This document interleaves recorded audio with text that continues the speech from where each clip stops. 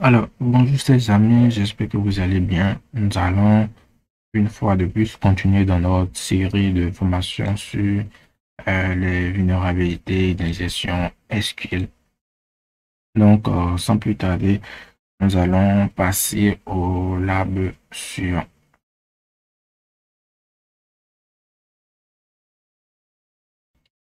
Ok, super.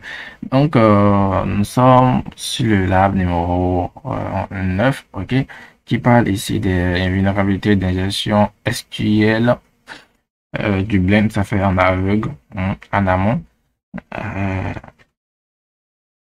avec des requêtes conditionnées. Donc, ici, on va traduire pour voir ce qu'on nous dit dans notre lab. Ok, ok, d'accord. Donc ici, on nous dit que ce laboratoire contient une vulnérabilité de gestion SQL aveugle, hein, blank. L'application utilise un cookie de suivi, le tracking ID, pour l'analyse et effectue une requête contenant la valeur du cookie soumis. OK. Ici, on nous dit que les résultats de la requête SQL ne sont pas envoyés et aucun message d'erreur n'est affiché. Super. On nous dit quand même que l'application contient un record back message. Bon, je vais quand même démarrer.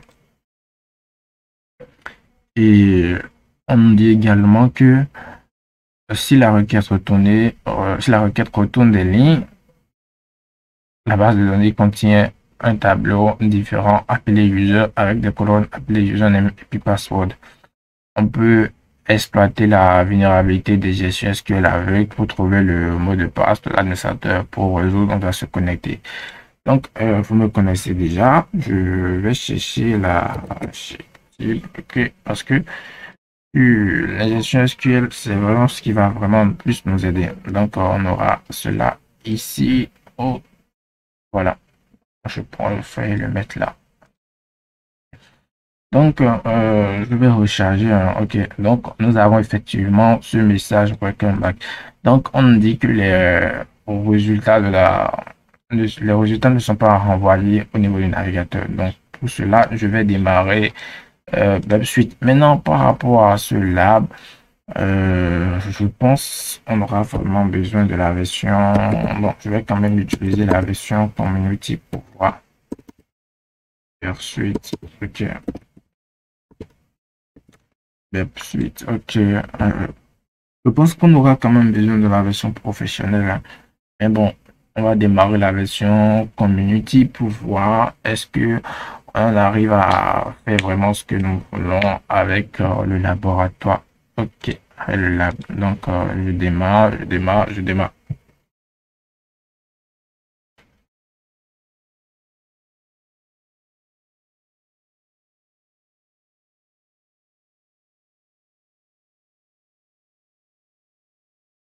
Donc, nous avons quand même, ok, d'accord. Donc, on ne pourra pas. Euh, ok, non, pas vraiment. Donc, ceux qui n'ont pas la version professionnelle de WebSuite, essayez de m'écrire. Je vous enverrai le lien d'un canal Telegram sur lequel vous pouvez télécharger cela. C'est pas tellement compliqué, il suffit juste de savoir mettre la main, comme on aime si bien le dire, dans le terminal. Donc, ok. Donc, voilà.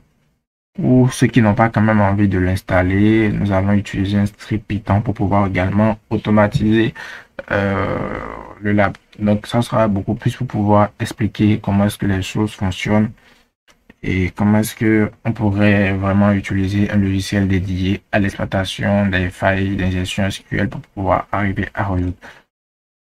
Donc, je démarre, hein.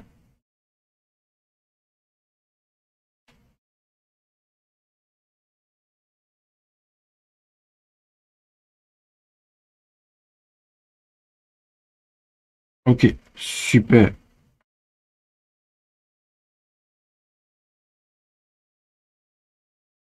Donc, je viens au niveau de mon proxy et je le démarre. Je viens au niveau de mon navigateur également. Et puis, j'actualise. D'accord, j'ai récupéré la requête. Je l'envoie au repeater et puis je fais un forward et j'éteins. Maintenant, on vient ici, on recharge et on obtient quand même notre réponse. Super. Donc, on nous dit que c'est notre tracking, notre outil d'analyse là, ici, paramètre qui est vulnérable à l'injection SQL. Donc, nous allons déjà confirmer que ce paramètre est effectivement vulnérable à l'injection SQL. Nous avons notre message welcome back ici. Ce que je vais faire, je vais rechercher le message welcome back. Ok, d'accord. Voilà, comme ça va déjà. Ok, je vais entrer mon petit payload pour pouvoir vérifier que effectivement notre application est vulnérable aux requêtes de type injection SQL. Maintenant, qu'est-ce qu'il faut faire? Il faut commenter la requête.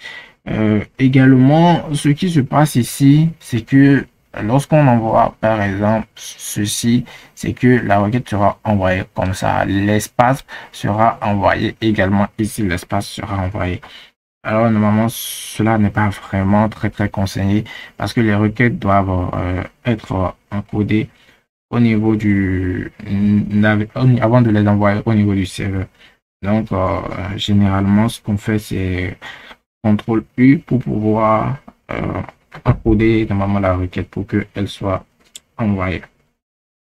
Donc c'est ce que nous allons également faire ici. Si vous voulez, vous pouvez simplement mettre un plus ici également, ici aussi un plus. Je pense que ça fait déjà la fait. Donc la requête qui est exécutée, la requête est assez simple. On va écrire l'exemple ici. On fait select, ok, étoile, ok, disons tracking ID, where, ok, tracking ID est égal à notre valeur qui est entrée. Donc, ce que moi j'entre, c'est que je fais un and 1 est égal à 1. OK? Et on observe ce résultat. Après, qu'est-ce qu'on fait? On fait un 1 est égal à 0. Et puis, on observe ce qui se passe également. Donc, je reviens au niveau de mon application. Puis, j'envoie. Nous avons notre message. Maintenant, ça veut dire, bon, on le sait tous, 1 est égal à 1. Et lorsque je mets 1 est égal à 0, qu'est-ce qui se passe? On n'a pas le message. Lorsque je renvoie ici, 1 est égal à 1, je renvoie, j'ai le message, 1 est égal à 0, on n'a pas le message. Donc cela nous confirme déjà que on a une vulnérabilité d'injection SQL et nos requêtes sont conditionnées. Donc nous allons travailler sur ce paramètre pour pouvoir arriver à se connecter et avoir le mot de passe de l'utilisateur administrateur. Donc, on va suivre la méthodologie normale. Déjà, je pense que nous avons essayé de faire, c'est de confirmer que dans notre base de données, nous avons effectivement la table utilisateur. Donc, c'est ce que nous allons faire. Donc, ce que je vais faire ici, je viens comme ça serait beaucoup plus mieux pour évoluer. Donc, et nous allons écrire nos payloads ici. Ok, voilà. Donc, je remets mon OK. Je veux vérifier que la table utilisateur existe. Qu'est-ce que je fais? Je fais un select. OK. C'est du SQL. Hein. Donc, vous devez un peu vous quand même maîtriser certaines bases. OK. Je sélectionne juste un caractère. OK. Et je fais from ma table que je vais vérifier. User. OK. Et je lui dis que je veux qu'il me renvoie un seul caractère, limite 1. Okay. Maintenant, je vérifie que si ce caractère qu'il a envoyé, c'est mon int qu'il a voulu sélectionner. Donc maintenant, je vais également commenter la requête. Bon, je pense que ça déjà, c'est assez facile à comprendre. Et puis, je renvoie. Est-ce que j'ai notre message welcome back? Oui, donc cela nous confirme que effectivement notre table utilisateur est intégrée dans la base de données. Donc voilà. Par la suite, ce que je vais faire, je dois également vérifier si nous avons un utilisateur administrateur qui est dans la base de données. Donc, qu'est-ce que je fais ici? Je fais select, ok. Username, ok. Name, user, ok. Ouais, assez basique. Username est égal à username, ok, est égal à, et bien quoi, administrateur, ok. Donc, je renvoie cela ici, administrer. Donc, et puis j'envoie.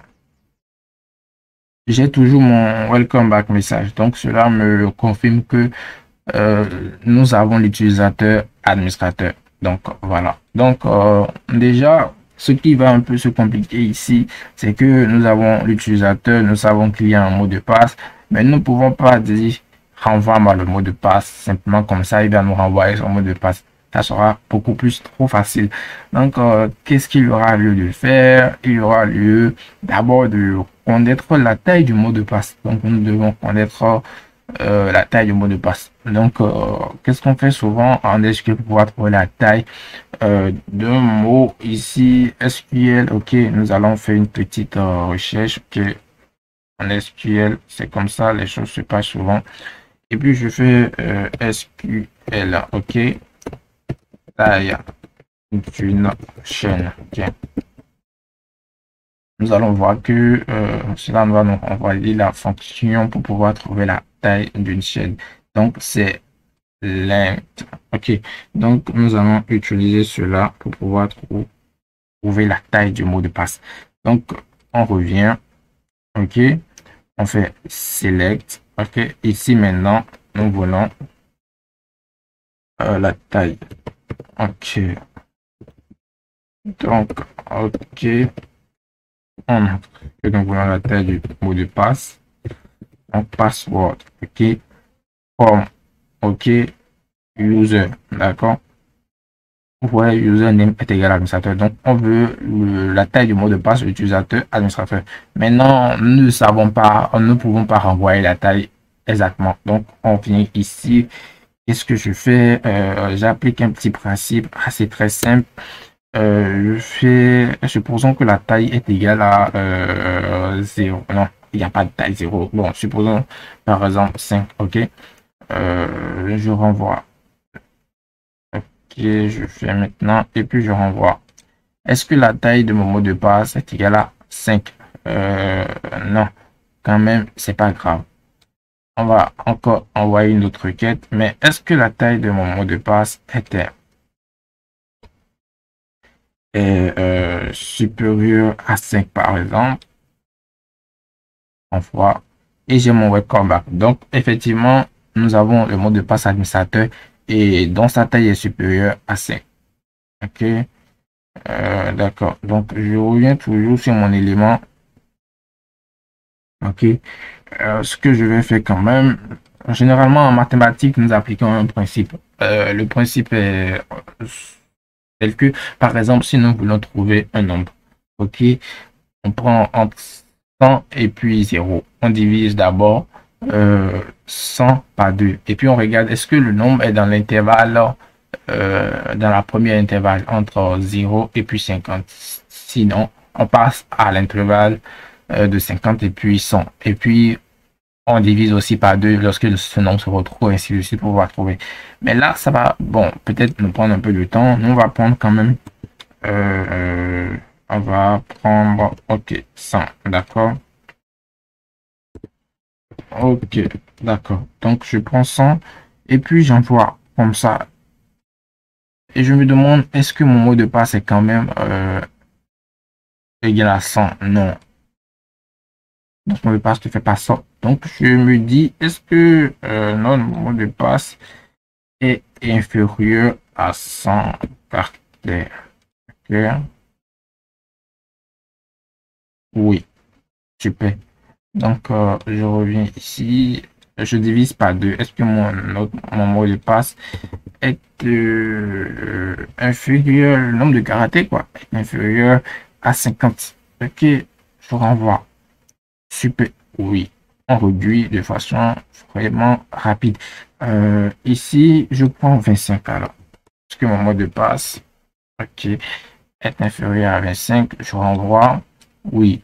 Donc, donc, on sait que le mot de passe ne dépasse pas 25. Je viens alors, je prends 12 par exemple, je prends 12. Ok. Je prends 12 et je renvoie. Donc, je vérifie toujours. Là, je n'ai pas de welcome back. Donc, mon mot de passe, la taille du mot de passe est compris en 12 et puis 25 caractères. Donc, ça, c'est déjà une bonne chose à comprendre et à savoir. Maintenant, je vérifie est-ce que mon mot de passe est entre 25 et puis 12. Il m'arrive de tenter le... Bon, je tente le 19. Ok. Est-ce que mon mot de passe est inférieur à 19? Non, non, le mot de passe n'est pas inférieur à 19. Est-ce que mon mot de passe est supérieur? Bon, ça c'est clair, si c'est pas inférieur à 19, c'est que c'est supérieur à 19. Mais bon, on va quand même vérifier. Est-ce que le mot de passe est supérieur à 19? Ok, ok, super. Donc, le mot de passe est supérieur à 19. Donc, j'ai la confirmation que mon mot de passe est comprise entre 19 et puis 25. Là, tout de suite, je me dis que ça pourrait être 20. On va essayer 20 pour voir. Est-ce que mon mot de passe est égal à 20? Est-ce que c'est égal à 20? Est-ce que mon mot de passe fait 20 caractères? Oui, mon mot de passe fait 20 caractères. Donc, nous avons confirmé que notre utilisateur administrateur existe, que la table user existe, et puis le mot de passe utilisateur fait 20 caractères. Donc, qu'est-ce que je fais? Je voudrais vérifier, par exemple, ce que je vais faire pour pouvoir vérifier, vu qu'on ne peut pas faire sortir les tables. Donc, vous êtes d'accord avec moi que pour pouvoir récupérer notre mot de passe, il faudrait que je puisse récupérer complètement le mot de passe. Et par exemple, si c'est le mot de passe, je dis du n'importe quoi, le mot de passe est LTS, par exemple. Mhm.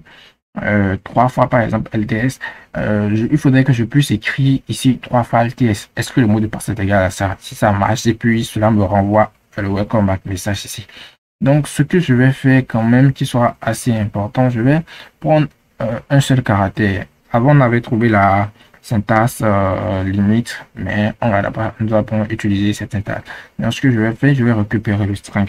Maintenant, pour pouvoir récupérer le string avec du SQL, il y a une fonction qu'on utilise souvent. On va utiliser cette fonction-là. OK? Donc, pour pouvoir récupérer le string, nous allons utiliser cette fonction-là. OK? Donc,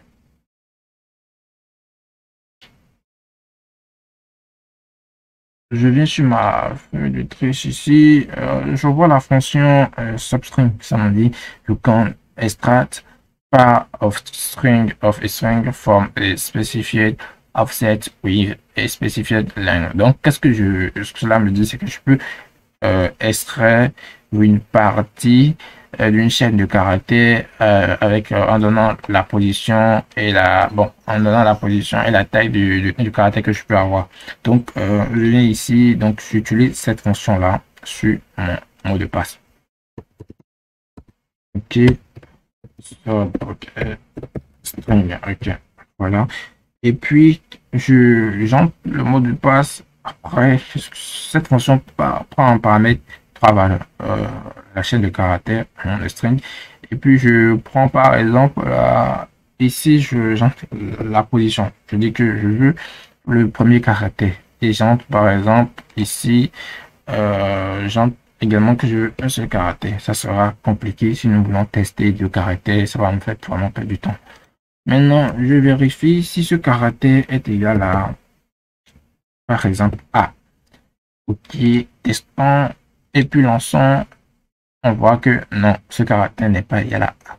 Donc, qu'est-ce que je vais faire? Je dois tester, par exemple, chaque type de caractère pour pouvoir vraiment trouver le bon caractère qui correspond à la première lettre du mot de passe. Si on se dit que on va tout tester, on va vraiment perdre du temps. On ne va pas, je pense qu'on va même pas arriver à résoudre la ce que vous êtes d'accord. Donc, ce que je fais, c'est que je reviens sur un truc ici. Je vais moi-même réencoder quelque chose ici.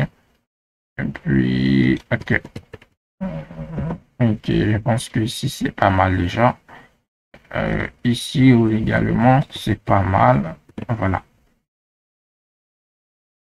J'envoie comme ça. Donc, j'ai juste un peu changé comment est-ce que la requête est.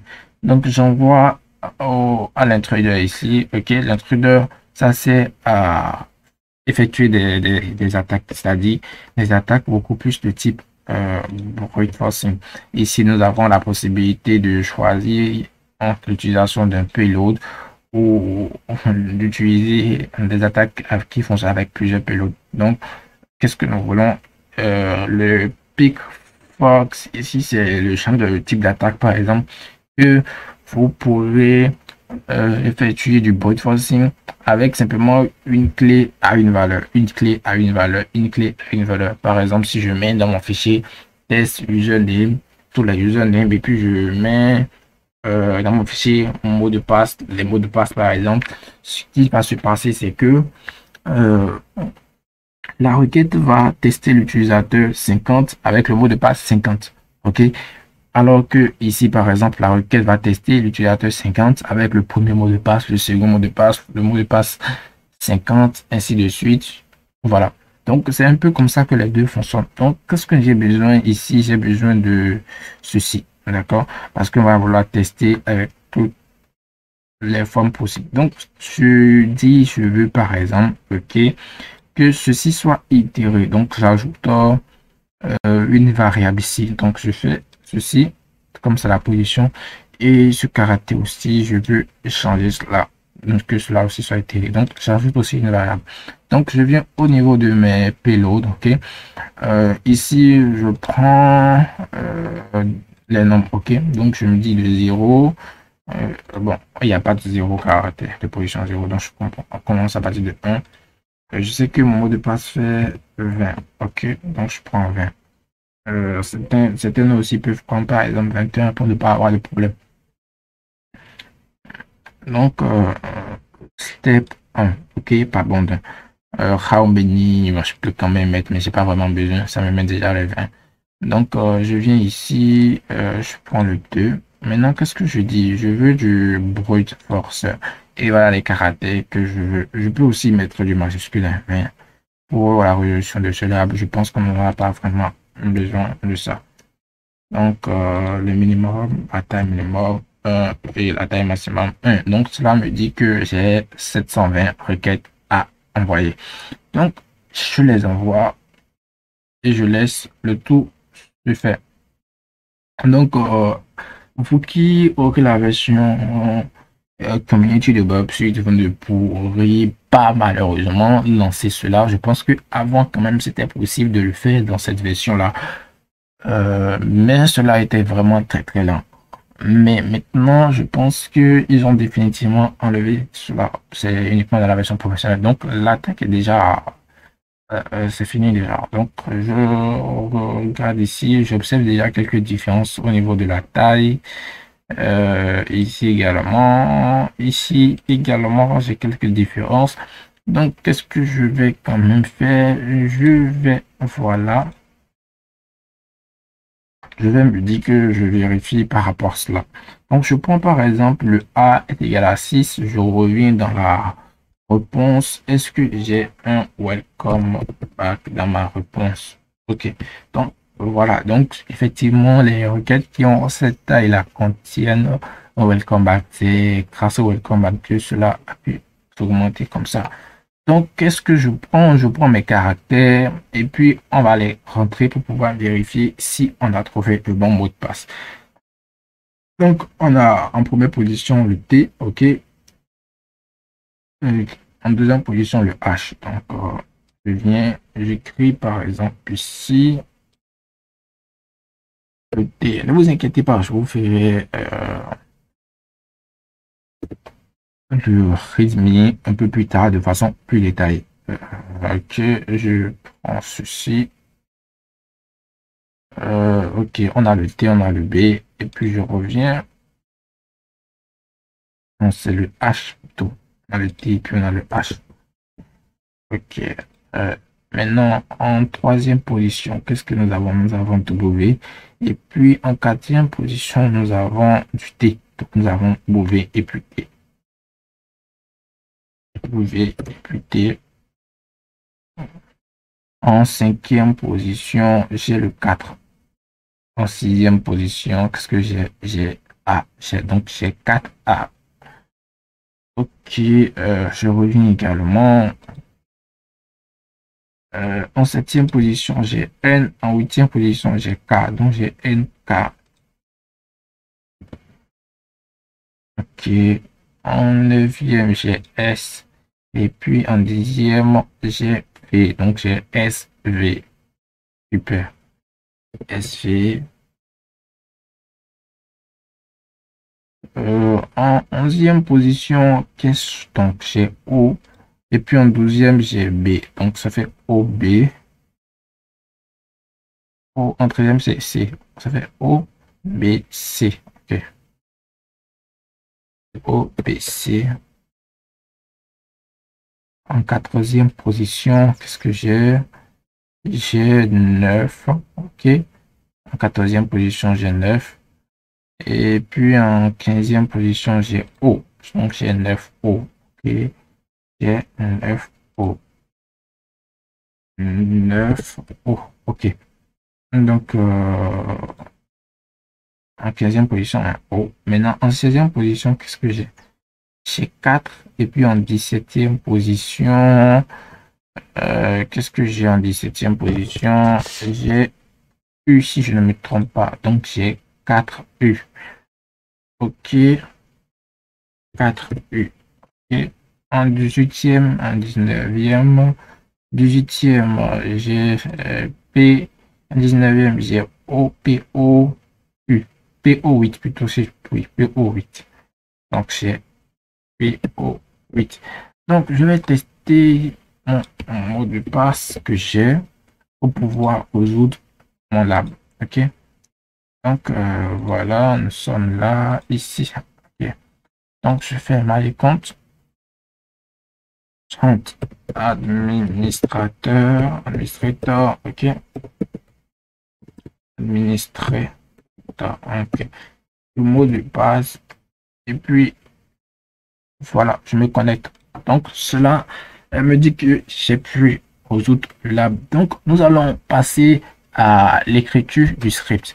Maintenant, par rapport à l'écriture du script, nous allons faire une petite analyse d'abord avant de passer à l'écriture du script. Donc, comment est-ce que cela va se passer? Déjà, nous allons... il y a déjà un paramètre de connexion pour le script. Donc, on va... ce qu'on va faire, c'est que nous allons, au premier abord, initialiser une section. D'accord? Initialiser une section. Ça sera vraiment très important. Donc, en deuxième partie, nous travaillons également beaucoup plus sur le tracking ID qui est contenu dans le cookie. Donc, nous devrons récupérer également les cookies. Et donc, voilà. Donc, de quoi est-ce qu'on a encore besoin? Nous allons besoin également de faire du brute forcing sur le tracking ID pour pouvoir récupérer le mot de passe, la taille du mot de passe. Donc, voilà. Donc, Nous allons récupérer ici. D'abord, ce qu'on fait premièrement, c'est la taille du mot de passe. Ok, la taille du mot de passe. Mais si on le veut, on sait déjà que ça à 20, ça change pas, on peut mettre ça à 20. Mais pour pouvoir beaucoup plus s'amuser, nous allons quand même l'écrire. La taille du mot de passe. Ok. En 4. Qu'est-ce que je fais en 4? Ok. En 4, je vais maintenant faire du brute forcing sur le mot de passe pour trouver le mot de passe maintenant. Ok. Donc, je dis récupérer le mot de passe. D'accord. Maintenant, en 5, pour pouvoir se connecter, qu'est-ce qui se passe ici?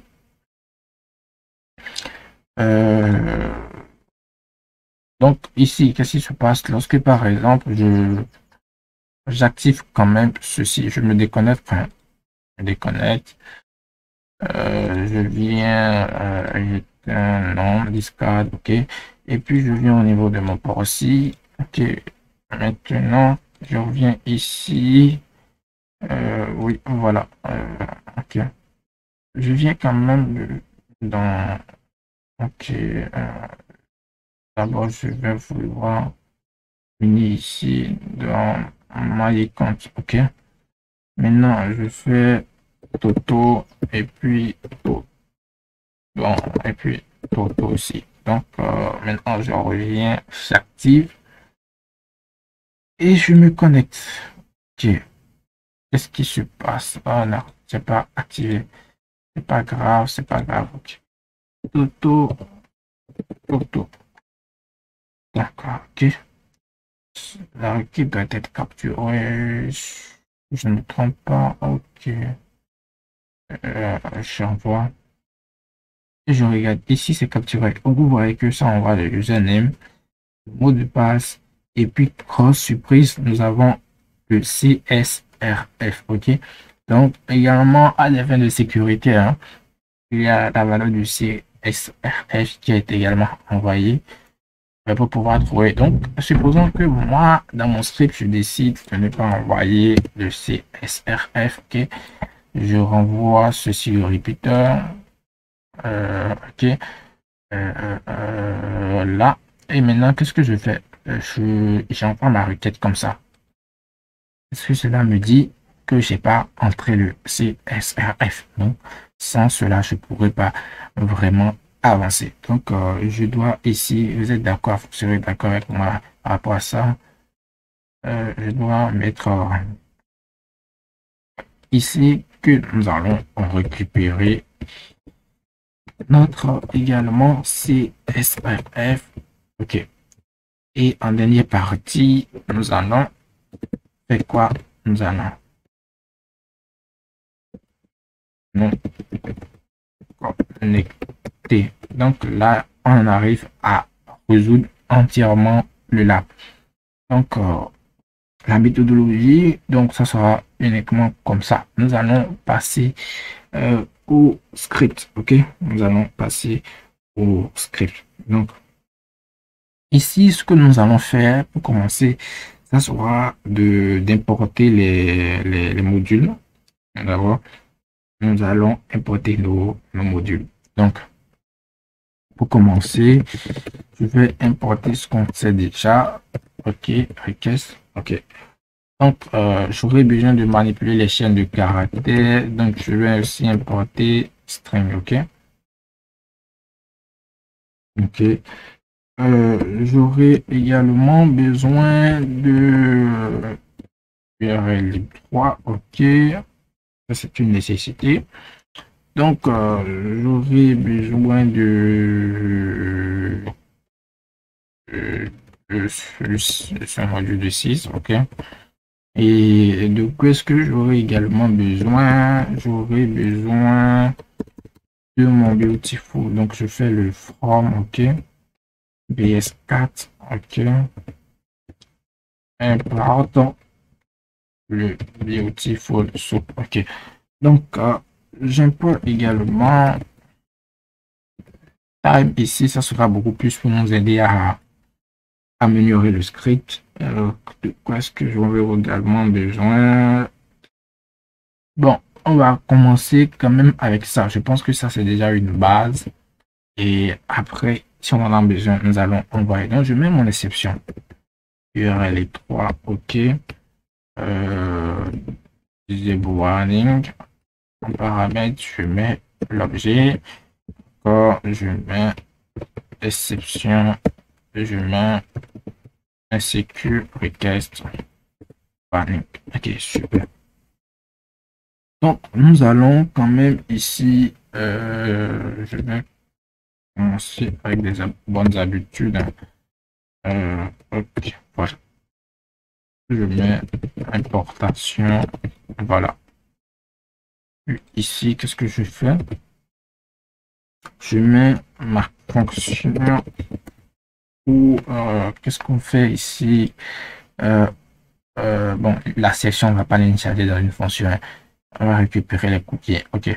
Donc, je mets ma fonction pour récupérer mes cookies. Ok. Donc, voilà. Donc, je fais un diff, on est d'accord. Je l'appelle tout bêtement récupérer. Maintenant, ma fonction, qu'est-ce qu'elle prend en paramètre? Elle prend l'URL et elle prend une section que je vais définir ailleurs. Okay? Donc, je reviens ici. OK. Donc, qu'est-ce que je fais? Je fais déjà, comment est-ce que nous allons récupérer nos cookies? Alors, pour pouvoir récupérer nos cookies, nous allons lancer une requête. Maintenant, lorsque nous lançons la requête, nous allons, à base de l'objet, récupérer la cookie. Donc, ça sera aussi simple que ça. Hein. Donc, je fais un try au talon pour les erreurs. Donc, maintenant, je fais un petit print pour juste histoire de verbaliser un script. Ok, je dis récupération des is. Ok. Donc, qu'est-ce que je fais? Je fais récup cookie. Récup. Réponse ici. Récup. Réponse. Ok, d'accord. Je dis c'est égal à request ici. Et j'envoie cela sur l'URL. Okay.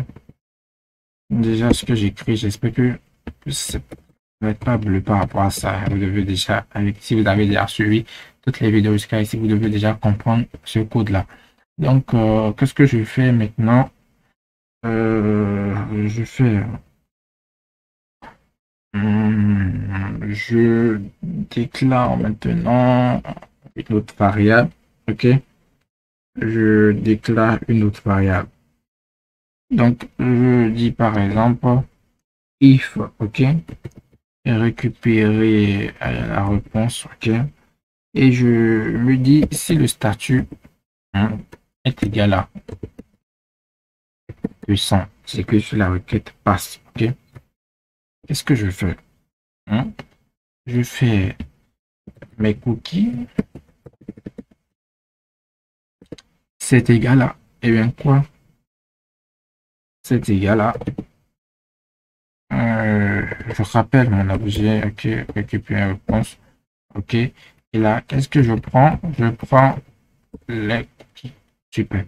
Maintenant, pour pouvoir mieux organiser cela, nous allons déjà afficher mes cookies. Ok, on va revenir ici. Je mets le L ici. Et qu'est-ce que je fais? Je dis un print ici, je dis que l'URL, ok, l'URL n'est pas moi, ok. Donc, ici, je vais gérer ma petite exception, ok, except, ok. et je dis exception as récupérer, ok, cookie, ok, exception, d'accord. Qu'est-ce que je fais? Je fais un print de mon exception. Ok, ok, d'accord, je mets erreur d'exception. Eh bien, vous savez, personne n'a envie que lorsqu'il écrit un script, par exemple, que il y ait des erreurs d'exception qu'on ne contrôle pas. C'est pas vraiment très fun, c'est pas vraiment très fun. Ok, wow.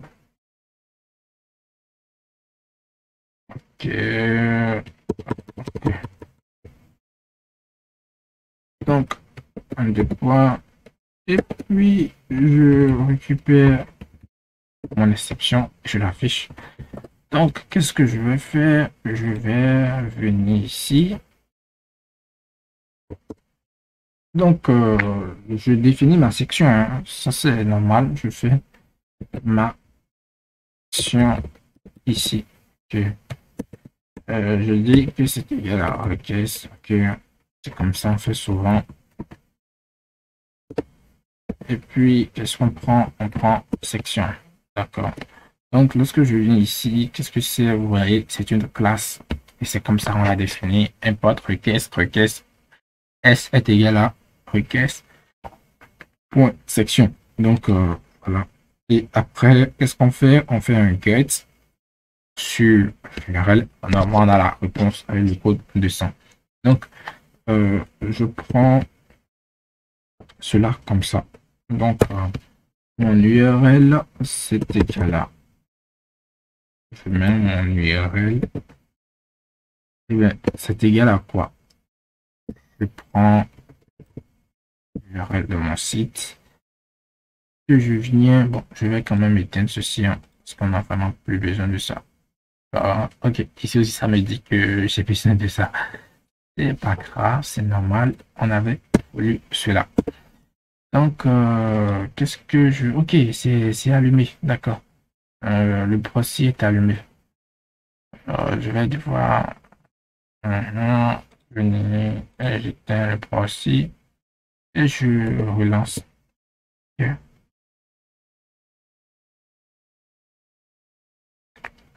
Une petite vérification. Je voudrais vérifier si le lab est... Bon, voilà, le lab est éteint. Je vais revenir démarrer le lab. Donc, ok.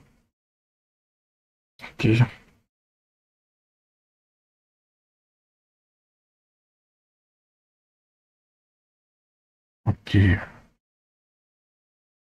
Donc, je copie mon URL, je viens dans mon code, et puis je colle mon URL. Donc, qu'est-ce que je vais faire? Nous sommes dans le lab. Ok. 9. Ok. Je mets un peu à l'euro. D'accord. Je fais Python. Ok. Exploit. Ok. Ici. Le lab 9, ok, ok, d'accord. Je pense que je suis pas ok, dans la bonne repère. Ok, je suis pas dans, d'accord. Qu'est-ce que je vais faire alors? Je cherche le répertoire, je l'exécute comme ça. Et donc, voilà mon répertoire. Ok, voilà mon répertoire. Donc, je prends comme ça. Un CD, je passe. Ok. Donc là, je suis dans la feuille Python. Lab 9. Ok, d'accord. Donc, rien ne se passe. Oui, ça c'est normal. Hein. J'ai pas appelé ma fonction. Je vais récupérer cookie. Et qu'est-ce que je donne en paramètre? Je donne mon URL, ok. Et je donne ma section. Pour l'instant, on n'utilise pas ma section, mais vu que on l'a défini, on doit quand même l'entrer. Okay. Donc, je relance, ça me met récupération des cookies et puis ça m'affiche mes cookies. Donc ici, on a par exemple mon tracking ID et puis également on a la section. Donc voilà mes deux cookies. Ils sont récupérés. Donc, on s'assure ici que c'est valable, que ce code fonctionne. Donc voilà, ok. Donc ce que je vais faire, j'ai quand même besoin de simplement le tracking ID. Donc je vais extraire ce tracking ID de cela. Donc déjà je mets ceci, je vais commenter ça et je reviens ici. Ok. Donc mon tracking ID est égal à ok ID. D'accord. C'est égal à quoi? C'est égal à mes cookies. Ok. Ça c'est normal. Ok. Et je fais un get. Ok. Je vous rappelle, hein, ici c'est une variable ici. Ok. Ici, lorsque vous voulez récupérer des valeurs au niveau d'une classe, si vous utilisez des getters et puis des setters. Je vous rappelle que le langage Python est purement orienté objet. Ok. Donc, qu'est-ce que je fais? Je fais le get. Ok. Et qu'est-ce que je veux récupérer? Eh bien, je veux récupérer un tracking ID. Donc, je récupère mon tracking ID. Je vais également prendre la section. Jamais. Ma section, d'accord, est égale à okay. Mes cookies est toujours. Et qu'est-ce que je prends? Je prends section. Voilà, j'ai mal écrit. Voilà. Donc, qu'est-ce que je printe ici? Je ne printe plus ceci. Je fais ok. Donc, je fais tracking ID.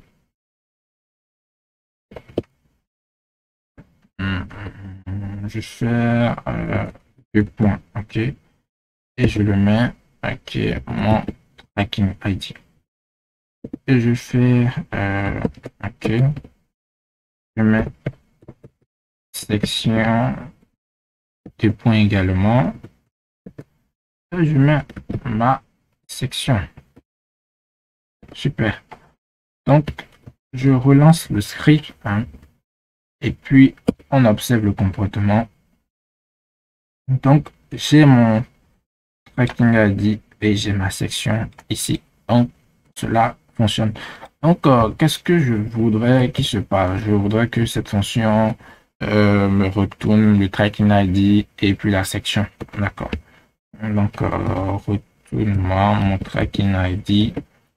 Et je voudrais que cela me retourne cela dans un tube. Donc, j'envoie la deuxième valeur, la section. OK.